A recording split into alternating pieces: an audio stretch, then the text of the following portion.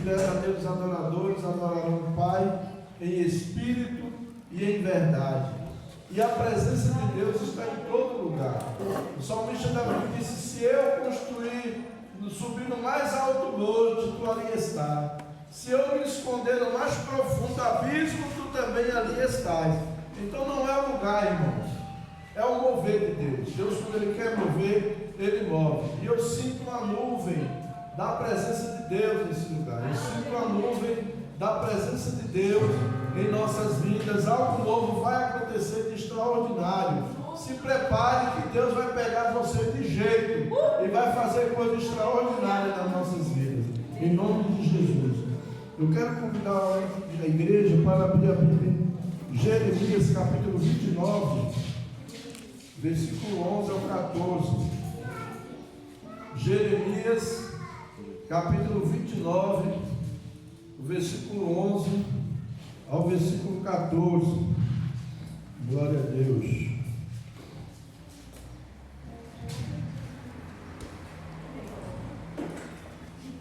Jeremias 29, versículo 11 a 14.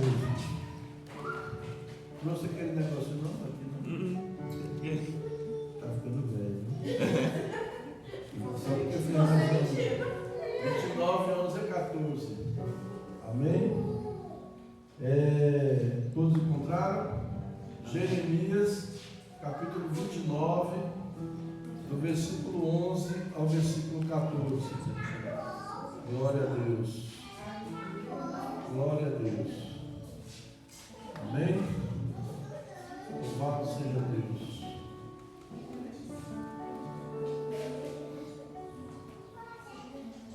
Diz assim o texto: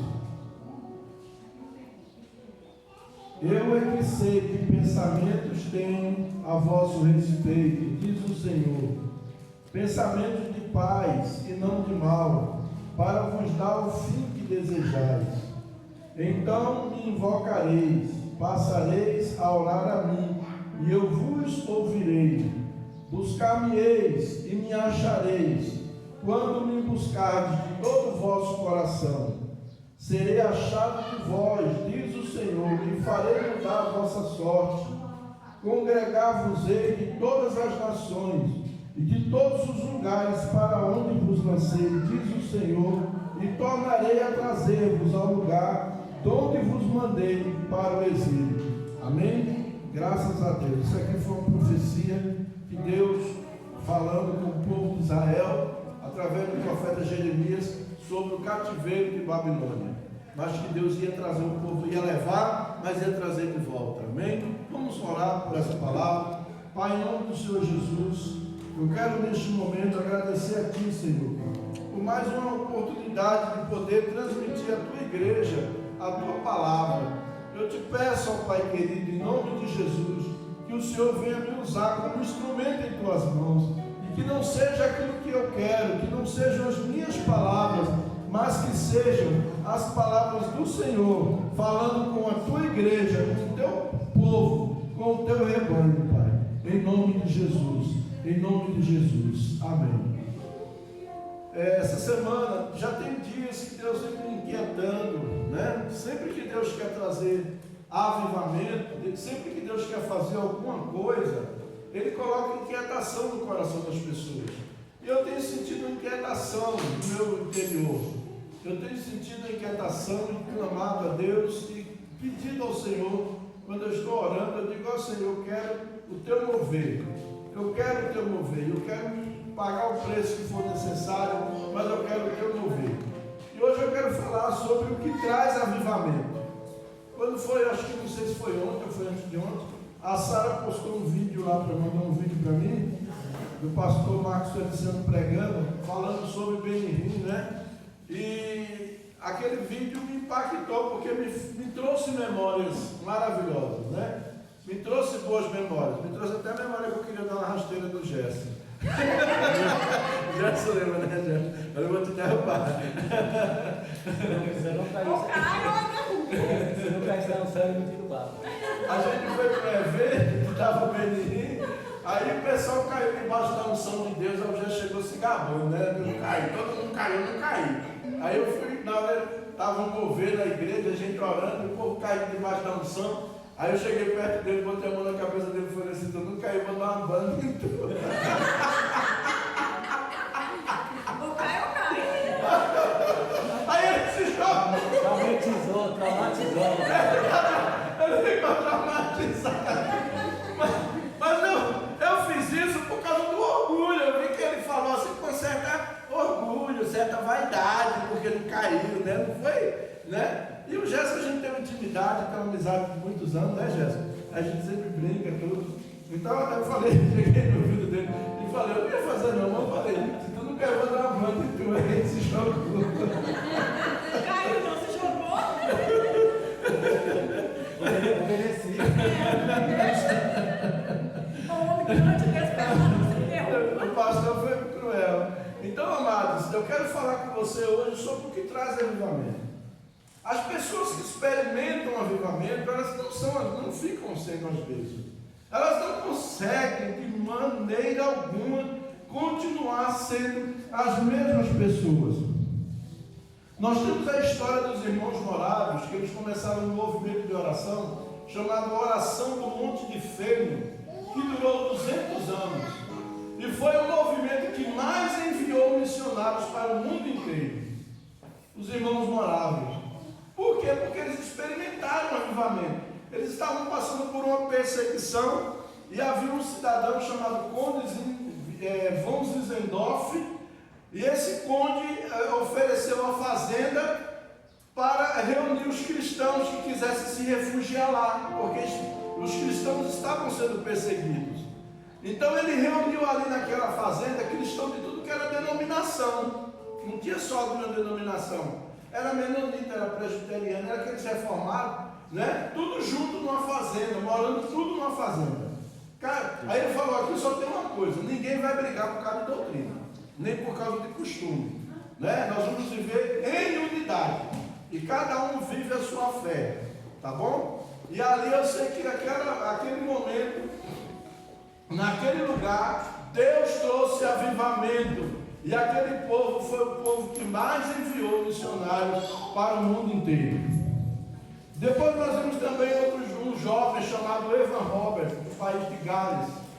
Evan Roberts, ele um dia inquieto, fechou a sua oficina onde ele trabalhava e saiu andando pelo país de Gales e começou a orar o Salmo 139.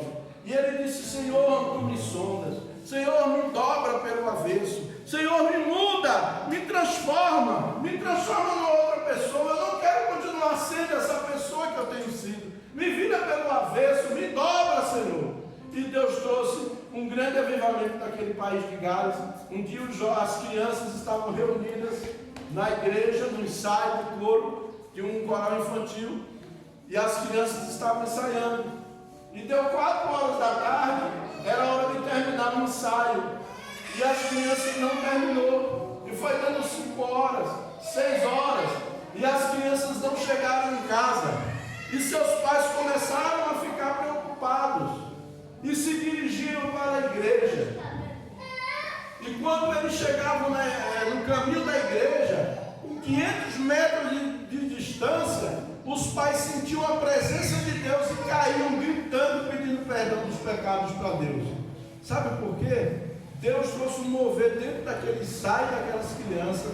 As crianças começaram a se arrepender de pecado, a se abraçar e a clamar ao Senhor. E através daquelas crianças, Deus trouxe a porta para o avivamento se abriu e o país de Gales foi impactado pelo poder de Deus. Um dia alguém saiu, foi para o país de Gales e perguntou para o guarda de trânsito, por favor, o senhor poderia me dizer aonde é que está acontecendo o grande avivamento nesse país? Aquele guarda olhou para a pessoa e falou assim, aqui dentro, atrás desse esfinge que está aqui, atrás desse símbolo que está aqui, aqui está o avivamento, a chama. Deus, quando traz avivamento, há mudança, há uma chama constante que acende no meu coração, que acende no teu coração e traz impacto não só nas nossas vidas, mas nas vidas das pessoas ao nosso redor. Depois nós vimos John Wesley. John Wesley era um pastor anglicano e ele ia para missões. E na hora que ele foi entrar no navio, Deus falou com ele assim: você vai converter os aborígenes, e quem vai converter você? Naquele momento ele voltou, ele reconheceu que ele era cristão, era pastor até, mas não era convertido, não tinha nascido de novo. Ele procurou, por sinal, os irmãos moráveis e pediu que eles ensinassem para ele sobre o novo nascimento. Eles ensinaram, aquele homem se arrependeu e se tornou, trouxe um impacto na Inglaterra, que tirou a Inglaterra do caos naquela época. A Inglaterra estava vivendo no caos, e ele começou os chamados clubes santos, que eram grupos de jovens que se reuniam na universidade para orar a Deus, para aprender a palavra de Deus e para praticar a palavra de Deus. E Deus, através desses grupos, trouxe o impacto da Inglaterra e trouxe o avivamento de santidade, chamado avivamento wesleyano, que impactou o mundo inteiro e abriu a porta para um movimento pentecostal que surgiu nos anos de 1900, né?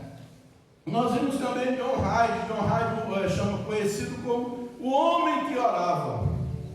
Esse homem orou tanto, que o coração dele foi para o lado direito. Quando ele morreu, o coração dele estava do lado direito. E no lugar onde ele orou, na Índia, até hoje tem conversão de almas, naquela cidade onde ele viveu a vida de oração. Onde viveu a vida de oração. Nós temos também outro exemplo de uma mulher baixinha indiana chamada Pandita Ramabai. Pandita Ramabai, ela começou a cuidar das viúvas. Deus inquietou o coração dela pelas viúvas que havia na Índia, e ela começou a cuidar dessas mulheres, a alimentar, a dar roupa. Ela não tinha recursos, mas Deus providenciou, e aquelas mulheres, aquele movimento, trouxe um movimento extraordinário ali onde ela estava. Nós vimos também George Miller de Bristol. George Miller de Bristol foi o homem que mais fundou orfanatos. Numa época em que ele pegava as crianças na rua e abandonadas e começou a cuidar, criou orfanatos, muitos orfanatos. E o propósito dele com Deus era esse: eu não vou pedir nada a ninguém, Deus vai mandar, Deus vai mandar, Deus vai providenciar. E ele nunca fez um pedido para ninguém de nada, de oferta, de nada, e Deus mandava. Um dia, Anderson Taylor, um missionário na China, recebeu uma carta de George Miller, e a mulher dele disse para ele: chegou uma carta de George Miller, e Anderson Taylor falou: o senhor Miller é um homem que quando ele ora, o céu para ouvir. Que nós possamos, irmãos, que nós possamos ter essa intimidade com Deus, que eu e você possamos ser pessoas que quando a gente ore, o céu pare para escutar a gente, porque o que nós estamos precisando é disso. Nós não estamos precisando de nada de novidade, de coisa bonita, de coisa que chama atenção. O que chama atenção numa igreja é a presença de Deus. E quando a presença de Deus vem e se manifesta, vem gente de tudo quanto é lugar. As pessoas não olham nem se o tempo tem telha, se não tem, se tem buraco, se está chovendo e está molhando. Lota, porque o poder de Deus está naquele lugar. E eu quero ver Deus fazer isso nas nossas vidas. Eu tenho fome, eu tenho sede por essa presença de Deus. Se quisermos viver o que essas pessoas viveram, precisamos lançar mão de alguns princípios. E eu quero apresentar esses princípios aqui na palavra de Deus. O primeiro princípio é ter uma vida de arrependimento. Arrependimento. 2 Crônicas, capítulo 7, versículo 14, a palavra de Deus diz: se o meu povo, que se chama pelo meu nome, não é as pessoas do mundo não, irmãos. Às vezes a igreja fica querendo cobrar santidade, pureza das pessoas que não conhecem a Deus, das pessoas que estão lá no mundo, dos políticos, dos empresários, e de bababá. Não! É nós, começa aqui, começa dentro de mim, começa em você. Arrependimento, a vida de arrependimento de pecados. Uma vida de arrependimento. Eu me lembro que teve uma vez que eu estava aí criticando demais. Às vezes a gente acaba se envolvendo. Um determinado ministro aqui da República, eu criticando, e Deus falou para mim: quantas vezes você já orou por ele? Quantas orações você já fez por ele? Paulo foi pior do que ele não fez o que Paulo fez. Paulo matava os cristãos, ele ainda não matou nenhum, só mandou prender. Né? Então, essa pessoa está lá, mas a gente fica amaldiçoando, rogando praga, desejando mal, quando nós poderíamos orar e dizer: Deus, essa pessoa, do jeito que ela é impetuosa, do jeito que ela é desse jeito, se essa pessoa for transformada por Deus, vai ser um grande instrumento na mão de Deus. Vai ser um grande instrumento na mão de Deus. Aí a gente mete o pau no presidente da República. A palavra de Deus diz para nós orarmos pelas nossas autoridades. Não interessa quem é que está no poder, se você gosta ou se não gosta. É para orar. Deus manda a gente orar pelas autoridades, prefeito, governador, presidente. São autoridades constituídas, né? E estão ali. Amém? Então nós precisamos nos arrepender. A igreja precisa se arrepender. Se o meu povo, que se chama pelo meu nome, se humilhar, orar, olha aí a receita: se humilhar, humilhação, oração, e se converter dos seus maus caminhos. Às vezes nós dizemos que amamos a Deus, que amamos a Jesus, mas nós não temos coragem de nos sacrificar um tantinho assim por Ele. Nós não colocamos Ele em primeiro lugar nas nossas vidas. Eu até me admirei, eu agradeci a Deus assim. Falei para minha esposa: vai lá buscar a irmã que está em casa, né? Quando vê, ela aparece ali na porta. Eu disse: não sou de açúcar não. Bom, graças a Deus. É isso aí, irmão. Crendo que quando ele está servindo a Deus, que ele está com o coração voltado para Deus, não tem sol, não tem chuva, não tem poeira, não tem tempo ruim, ele está ali buscando a Deus. Nós precisamos nos arrepender, irmãos, nos arrepender de nossas atitudes, fazer uma lista, fazer uma avaliação. Senhor, em que eu pequei contra Ti? Em que eu pequei contra meus irmãos? Em que eu pequei contra as pessoas? Faça uma lista. Chegue na presença de Deus com essa lista. Diga: aqui, Senhor, estão os meus pecados. Me perdoa, me purifica. Eu não quero ser essa pessoa aí. Eu estava lembrando ontem, quando eu falei da experiência que eu tive com meu irmão, quando meu irmão estava lá viciado e chegou xingando lá na minha mãe, na minha avó, e na hora eu peguei uma foto dele assim, puxei, botei na cara dele e falei: esse aqui é meu irmão, mas esse lixo aí não é meu irmão. Que você tenha coragem de chegar na presença de Deus e dizer: Senhor, eu sou aquela pessoa que o Senhor quer, eu não sou esse lixo aqui, então eu quero me descartar esse lixo. Eu quero descartar esse lixo. Eu não sou esse lixo.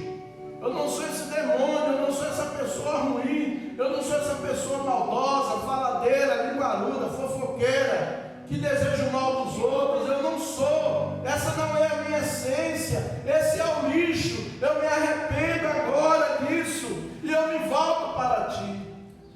Eu me volto para Ti. Às vezes a gente perde tanto porque a gente não se arrepende, não chega na presença de Deus com o coração quebrantado, né? Precisamos. Depois, o primeiro ponto é esse: arrependimento, irmãos. Arrependimento. Amém? Sincero. Não é arrependimento, aquele arrependimento de Maria arrependida, que se arrepende agora, daqui a pouco está ali, fazendo a mesma coisa. É um arrependimento sincero que vem lá de dentro. A palavra sincero significa sem cera. Ela foi adquirida através dos mercadores antigos que compravam, eles vendiam os vasos de cerâmica e ali as pessoas passavam para comprar os vasos. Aí levavam para casa bonito aquele vaso. Só que quando chegava em casa, com o tempo, o sol, o calor, aquela onde tinha rachadura, a cera derretia e aparecia a rachadura. Então as pessoas começaram a perguntar: é sem cera esse vaso? É sem cera. Foi daí que surgiu a palavra sincera. Sem cera, irmãos, sem rachadura. Fale para a pessoa do teu lado: seja sincera, sem rachadura. Sem rachadura. Deus quer visitar pessoas, Deus quer se relacionar com pessoas que não tenham cera, que sejam íntegras na presença dele. Não quer dizer que você não peca, não, irmãos. Quando eu falo isso, não estou dizendo que você não peca. Nós somos propensos, nós somos tendentes a isso. Mas que nós tenhamos um coração sincero para nos arrepender imediatamente. Me dá uma tristeza, eu gero o coração quando eu chego para uma pessoa que está em pecado, ela não está sentindo nada. Uma vez eu fiquei para morrer. Falei para a pessoa assim: você não está sentindo nada assim do que você fez? Não estou sentindo nada. Eu digo: gente, eu não acredito, não, é impossível, né? Mas infelizmente cada pessoa. Então, em primeiro lugar, arrependimento sincero, sem cera. Aleluia. Em segundo lugar, amados, nós precisamos ter sede de Deus. O versículo 29, o capítulo 29 e o versículo 13, ele diz assim: buscar-me-eis e me achareis, quando me buscardes de todo o vosso coração. Fome de Deus. Quando você chega do culto que você está com fome, o almoço está demorando a sair, o que é que você faz? Você sai procurando que tem comida para você beliscar, pelo menos antes do almoço. Você chega do trabalho à noite, cansado, pega esses ônibus, com fome, o que é que você faz? Primeira coisa que você faz, às vezes você não vai nem tomar banho, vai procurar comida. Fome, isso é fome. Eu tenho que ter fome de Deus. Em primeiro lugar, antes de procurar qualquer coisa, antes de buscar qualquer coisa, eu tenho que ter fome. Eu quero Deus. Eu quero Deus. Sem Deus eu não sei viver. Foi esse o segredo de Davi. Davi, ele vivia lá no campo, ele contemplava o Senhor. Ele escreveu os maiores salmos nos momentos de angústia lá, contemplando as coisas que Deus fez. Os céus manifestam a glória de Deus, o firmamento anunciam as obras das tuas mãos. Davi contemplava o Senhor, e era um cara que tinha defeito, mas ele tinha fome de Deus. Saul foi escolhido pelo povo, bonito, alto, preparado para ser rei. Davi não, Davi foi escolhido por Deus. Davi foi Deus que escolheu. Ninguém imaginava que Deus fosse escolher aquele garoto ruivo no meio do mato lá, cuidando de ovelhas. Deus escolheu, foi ele. Deus escolheu ele. Não interessa onde você está, Deus está te vendo. Não interessa o que aconteceu com você, Deus está te vendo. Deus quer somente uma coisa de você. Você tem fome da presença de Deus? Você tem fome, aquela fome que você corre atrás, buscando, querendo mais e mais. Você lê a palavra de Deus. Quando a gente tem fome de Deus, a gente lê a palavra, a gente ora, a gente bota o coração na presença de Deus. E quando a gente tem fome de Deus, Deus vem atender. Lá em Mateus, Jesus disse: bem-aventurados que têm fome e sede de justiça, porque eles serão fartos. Mas fome e sede de justiça não é a sede de justiça para ver o povo na cadeia, processado, não é nada disso não, está totalmente fora. Fome e sede de justiça que ele fala é fome e sede pela prática da palavra de Deus. Eu tenho fome em andar com Deus, eu tenho sede de andar com Deus, eu tenho fome de saber a direção de Deus para a minha vida, de fazer a vontade de Deus. Eu tenho sede para fazer a vontade de Deus. É isso que ele está falando ali. está falando de justiça dos homens, mas justiça de Deus. Em terceiro lugar, se você quer experimentar uma vida de avivamento, fazer a diferença na sua geração, experimentar um avivamento, você precisa ter uma rendição total ao Espírito Santo. A palavra de Deus diz lá em Atos capítulo 1, versículo 8, diz assim: mas recebereis poder ao vir sobre vós o Espírito Santo, e sereis testemunhas, tanto em Jerusalém, como em toda a Judéia e Samaria, e até os confins da terra. No capítulo 2, do versículo 2 ao 4, ele fala que estavam todos sentados no mesmo lugar.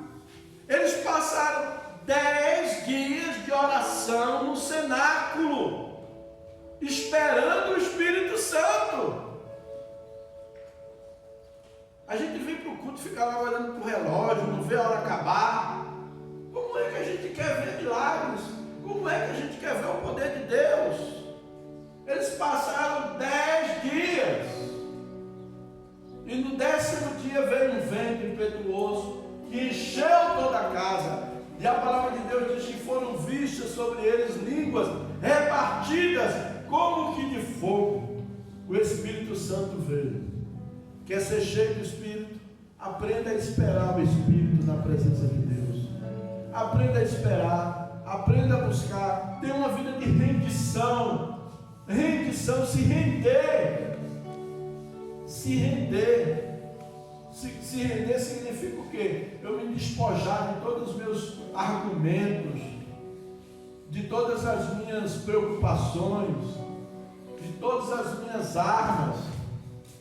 Um bandido que foi preso lá, quando ele se rende, ele tá bom, ele entrega tudo, a vida dele na mão daquele soldado, corre o risco até de ser assassinado, né? Muitas vezes. Se rendeu. Render-se é isso, é dizer para o Senhor: tá bom, Senhor, não precisa mais apertar, não precisa mais eu ficar passando por toda essa prova, não. Eu me rendo. O que é que o Senhor quer que eu faça? Eis-me aqui, eu estou à disposição, eu me entrego, eu me coloco nas tuas mãos, faça o teu querer em mim. Às vezes você está muito indo por um lado, olhando um lado, enxergando um lado, e Deus quer que você vá por outro. Deus quer que você vá por outro. Então, se render totalmente ao Espírito Santo. Se render totalmente ao Espírito Santo é deixar que a vontade de Deus se realize, não a minha vontade. Como Jesus chegou lá no Monte das Oliveiras, orando lá no jardim, e ele disse: Senhor, se possível for, passa de mim este cálice, mas se não for, faça-se a tua vontade. Senhor, se for possível passar essa luta, passa, mas se não for, cumpra a tua vontade em mim, cumpra a tua vontade, faça-se a tua vontade. Que hoje, meu irmão, minha irmã, você possa dizer para o Senhor: Senhor, não a minha, mas a tua vontade. Quantos querem que a vontade de Deus prevaleça na sua vida? Eu quero. Então repita comigo: Senhor, não a minha, mas a tua vontade seja feita. Eu me rendo. Aleluia. Aplauda o Senhor. Glória a Deus. Glória a Deus. Aleluia. Louvado seja Deus. E por último, irmãos, para encerrarmos, se nós queremos avivamento, nós temos que ter uma vida de consagração. 1 Pedro, capítulo 1, versículo 15. A primeira epístola do apóstolo Pedro, o capítulo 1, versículo 15.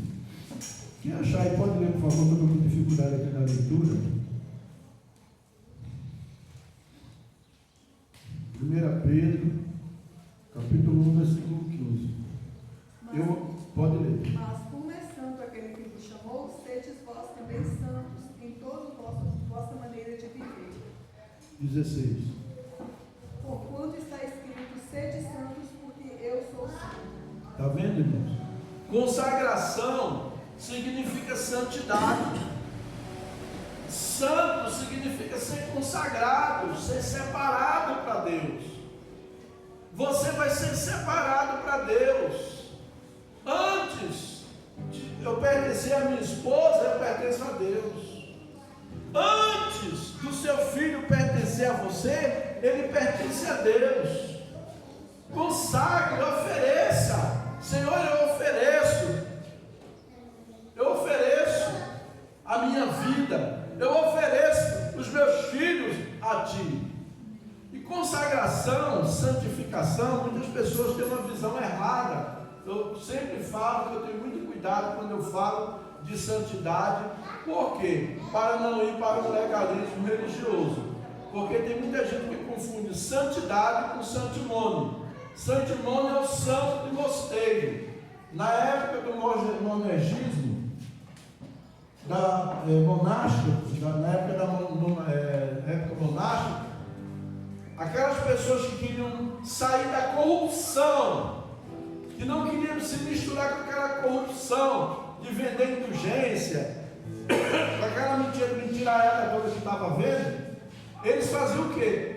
Aqueles padres, aquelas freiras, eles iam para o mosteiro para se isolar. Eles não queriam se envolver com aquela corrupção. A igreja estava corrompida e eles não queriam se envolver com aquela corrupção. Foi aí onde criou-se os mosteiros e eles começaram a ir para os mosteiros.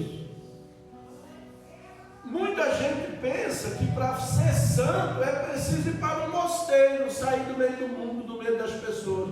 Jesus disse: Pai, não os peço que os tire do mundo, mas que os livre do mal. Nós não precisamos ir para o mosteiro para sermos santos. Nós podemos ser santos em qualquer lugar onde nós estivermos. Nós podemos ser santos. Ser santo é ser separado para Deus. Eu estou numa escola, mas eu sei que eu estou ali, mas eu pertenço a Deus. Eu não pertenço àquele sistema, né? Eu estou na minha família, eu pertenço a Deus. Eu estou na escola, eu pertenço a Deus. Eu estou no meu trabalho, eu pertenço a Deus. Antes de eu fazer qualquer coisa no meu trabalho, tem gente que sai roubando coisa do trabalho, não pede, sai levando. Por quê? Porque ele acha que Deus não está lá, está só na igreja. E Deus está lá também. Deus está no seu trabalho, né? Chega na escola e esquece que é crente. Começa a fazer bagunça como se não fosse, nem conhecesse Jesus. Jesus está lá também. Jesus está lá. Então nós precisamos ter uma vida de santidade. Saber que eu sou separado para Deus. Eu não posso andar de acordo com o padrão do mundo, com o sistema do mundo. Eu preciso ser diferente. Ser diferente. Estou falando da criança na escola que brinca, nesse aspecto, mas eu estou falando muitas vezes dos comportamentos errados, de mentir, né? Mentir, roubar as coisas dos outros, fazer fofoca e essas coisas mais, né? Prostituição, isso aí nós esquecemos, falta temor. Então, se nós queremos experimentar o avivamento na nossa vida individual, na nossa igreja, na nossa nação, nós precisamos seguir esses princípios: o princípio do arrependimento, o princípio da fome de Deus, o princípio da rendição total e o princípio da consagração. Esse é o preço que Deus está pedindo para nós, para o avivamento. Aí uma pessoa diz assim: não é de graça? Billy Graham disse: a salvação é de graça, mas o discipulado tem um preço. Ser discípulo de Jesus tem um preço. Primeiro, eu até falei outro dia, eu estava explicando ali para o Jorinho sobre os 3 chamados, né? Aquele primeiro chamado: vinde como estáis, né? Vinde como estáis, eu aliviarei, se eu tomo o meu fardo. Esse é o primeiro chamado. Agora o segundo chamado, ele chamou os que ele quis para estar com ele. Aí entra o processo do discipulado, onde vai exigir mudança de vida. Eu não posso continuar sendo o que eu sou. Eu preciso me parecer com Cristo. O processo de discipulado é trabalhar não para parecer comigo, que eu sou feio pra caramba, mas é parecer com Jesus. Esse negócio da pessoa ficar: meu discípulo, meu discípulo, aí quer que a pessoa faça o que ele quer. Eu vi muito isso desses movimentos aí nos últimos anos, né? Cláudia andou nesses movimentos, não sei se o Gerson andou numa situação dessa também. É meu discípulo, só compra um carro se o discipulador autorizar, só compra uma roupa se a líder vê a roupa para autorizar, só namora. Meu irmão, a sua vida pertence a Deus, não é a mim não. Eu sou teu pastor, não sou teu dono não. Eu não sou dono de ninguém. E outra coisa, eu não sou também melhor e nem maior do que ninguém. Muito pelo contrário, eu tenho mais responsabilidade do que você, apenas isso. Lembre-se sempre disso. Amém? Então vamos pagar o preço para que haja um avivamento nas nossas vidas, na nossa casa, no meio dos nossos filhos. Em nome de Jesus, vamos ficar de pé, agradecer a Deus. Aleluia. Pai, em nome do Senhor Jesus, eu ministrei a Tua palavra nesta manhã. Senhor, agora eu quero pedir que o Senhor pegue essa palavra e coloque ela nos nossos corações, tire da nossa mente e leve para os nossos corações, para que essa palavra traga o efeito para o qual ela foi enviada.